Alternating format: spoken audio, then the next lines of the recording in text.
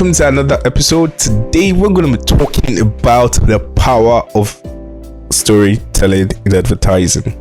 Literally everyone is saying, oh, I can tell a good story, I can do a good story. I've heard content creators, I've heard content writers, I've interviewed a couple of individuals, and they're always talking about story, your brand, your story. But literally nobody has ever really explained this story thing to me.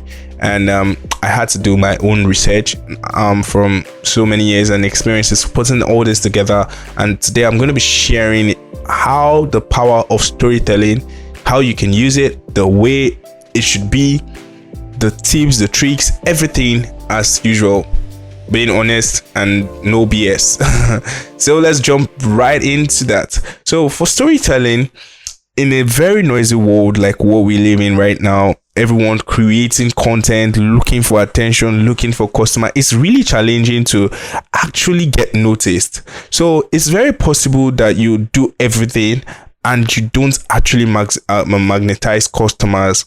So it can be flashy, it can be catchy, but it still don't attract people. So how do you now tell a good story?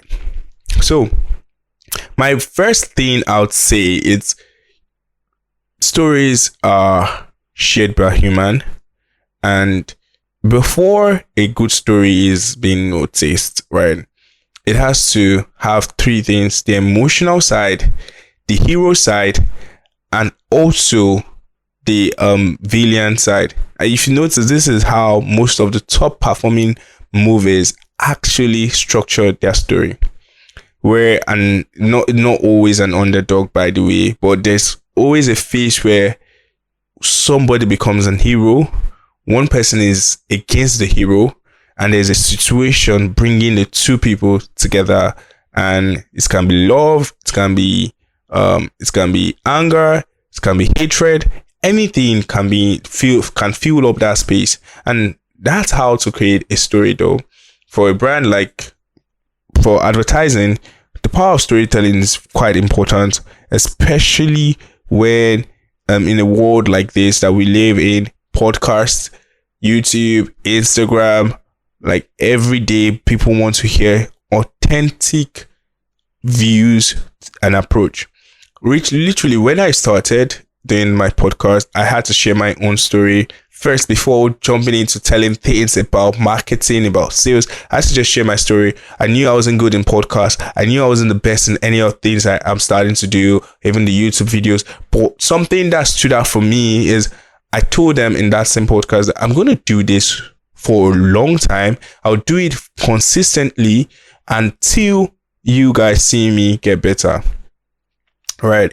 And over time, have listened to my podcast, have watched my videos, I knew what I had to correct, I knew what I had to grow, I knew what I had to do, I knew the script I had to change. And all of a sudden, it started changing. I started growing, or being authentic here, no PS. That's the truth. People are tired of the lies on social media.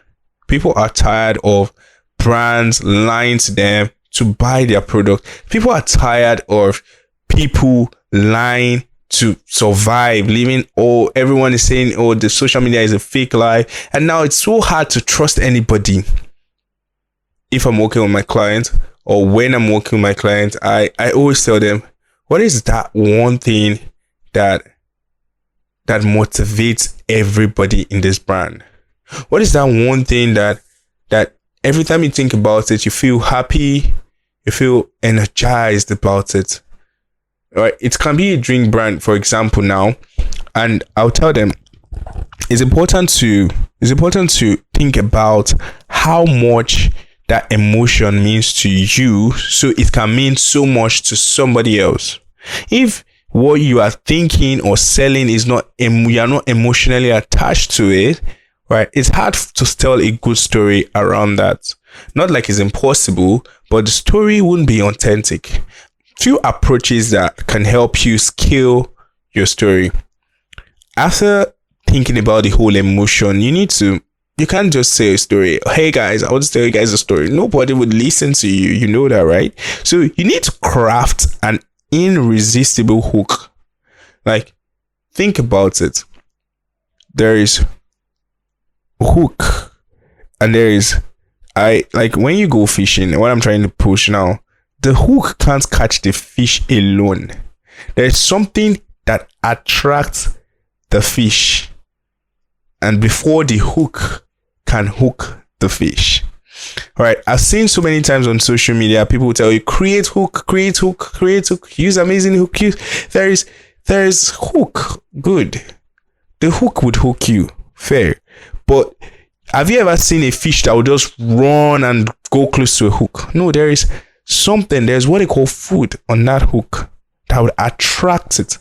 If you've ever caught a rat or a rabbit before, there's something you put on the trap that would attract the rat or rabbit, and people are skipping that phase and just jumping right into get a hook. A sense of attraction. People create that 2 seconds sense of attraction, like it's like a meal to you. This is not the hook, get me right. The hook, yes, works when the meal is good.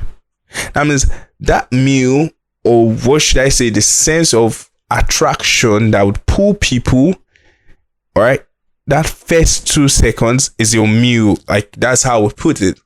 It's your meal that would hook people to watch the first 5 seconds. But if the first 3 seconds is not appealing, for you to eat a meal, you need to love it, you need to crave it. So your first 3 seconds of your story or your content need to be appealing, need to make them crave for more. I want to watch more. Then you can now think of the hook as a full system, right? Because the hook alone is not good enough. The hook alone would get a fish from the pool. There have to be something appealing. There's something attractive that would attract them to buy more. Then the next thing I want to go to is engage through emotional connection. I mentioned that now you have identified your emotions, how you feel when you think about the brand. Now transfer that emotions to them. Like literally, while you're listening to this podcast right now, I'm emotionally attached. Like currently shooting in a dark room, just thinking about how I can tell you a story that would make sense to you and also learn from it and come back for more. I always try to put myself in that emotional zone that no matter how much I'm tired of shooting podcasts, by the way, like if I'm tired of shooting, I can always speak from my heart, speak from what I know, speak from my experiences, because it's easier that way. Because if ever it's a podcast, I can come over here and just read a script so you guys are, oh, hi guys, SoundCloud do this, SoundCloud do that, okay, and all of a sudden you obviously notice that no, this is not real, this scripted. You will notice, but I want to talk from my heart. I want to help people. That's my emotion. So I'm not just coming here to read a script. I don't even have one. So it's easier. Like you obviously know somebody that does. You can definitely feel it. You can definitely hear it, because it's like we are having a conversation while you're listening to me, and that's how a good story should be. Right? Next thing you want to think about is how to paint the picture. Right? You have to paint a picture of transformation. You have to paint that picture that before you use my brand, this is where you are. When you use my brand, or while you're purchasing it, this is where you are. After you purchase, this is where you will be. Are you going to be? You're showing them that you're going to be in a place where you are only dreaming of. You're going to be in a place where you can only imagine. Like, give them that sense of transformation. That, okay, after watching this YouTube video, you're not going to waste your time. After listening to this podcast, you're not going to waste your time. You're going to learn value, you're going to learn business, you're going to learn marketing, you're going to learn sales, and you're also going to get results. So promise people at the beginning of your video, promise people at the beginning of your content, promise people at the beginning of your campaign, there'll be a transformation. Show them that transformation so they know what they are expecting at the end. People just cannot wait to see the end of anything. So during your story, always consider those three phases and think about how you can take them through that journey. The last thing I want to say is add call to actions. You've created a wonderful story, you've done everything. Now, what do you want them to do? Do you want them to buy from you? Do you want them to sign up to a newsletter? Do you want them to, what exactly do you want from them? And when you have really tapped in, this is a very, very master secret for me. When you have tapped into people's emotions, right? When you've tapped into their emotions, they can easily grant your request. True, right? You while you're listening to me, I'm sure you're nodding your head, because it's easier to convince. Just imagine, for example, I'm looking for a girlfriend, right? I walk on the street, and all of a sudden I saw one beautiful, amazing girl, and I walk up to her and I'm like, "Hey, can I be your boyfriend?" What would be our reply? Just be sincere. Obviously, no. She doesn't know me. Like it's like out of 30 girls I would do that for, 0 or literally 1 might answer that. Probably the one is just coming out from a very toxic relationship. But that's what will happen. But just imagine the same girl I walked up to initially. I told her, "Hi, how you doing?" We had a conversation. I'm like, "Oh, can I work you, or would you like to talk later?" And she'd be like, "No, I'm busy right now, so we'll talk later." Then later in the day, I text her, I'm like, "Oh, how you doing? Have you eaten? How's your day going?" And all of a sudden, she started talking to me. And just imagine we keep that intentional conversation for 3 months. Do you know she would have built so much emotional connection with me? And the day I actually asked her to be my girlfriend, she wouldn't tell me no. I would even be so sure that she's going to say yes even before I complete my sentence. And that is what storytelling and giving people that sense of emotional, tapping into their emotional connection can do to you. So it takes time to build that emotional connection, especially when you are using short form content. It takes time. You have to create a lot of it. I'm not joking. You have to create a lot of it. No matter the strategy you're using, you have to create quite a number to get access to people's emotions, to get people to trust you. Right. Personally, in my agency currently, we are dropping episodes every day as regards to what we plan to do initially, just to get more access to people's emotions, get people to listen more, get people to hear what we have to say every single day. Right. Dropping content across different platforms every single day. And yes, it works because people get to listen and be like, I listened to the first episode. Oh, it wasn't that good. Probably listening to the second one. Now, the third one, fourth one. Now you don't want to even miss it anymore. And that's because you're already emotionally attached to it.